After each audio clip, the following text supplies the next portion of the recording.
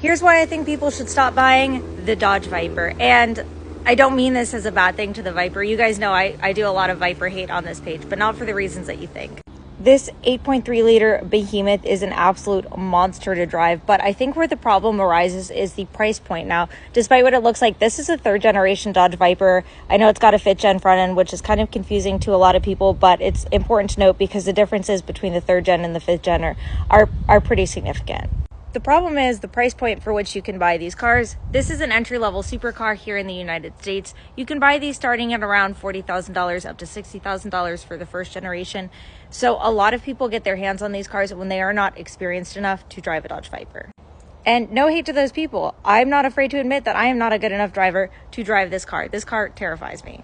I have never experienced a car that simply takes user input as a suggestion. Like when I am in the Lotuses, I know that reliably the Lotus is going to do whatever I tell it to do, but the Viper, that's not necessarily the case. I've seen these things do some wild out-of-pocket stuff.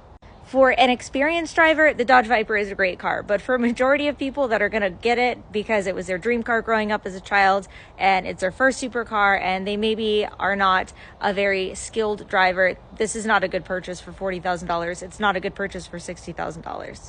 But hey, if you're a good driver, have at it.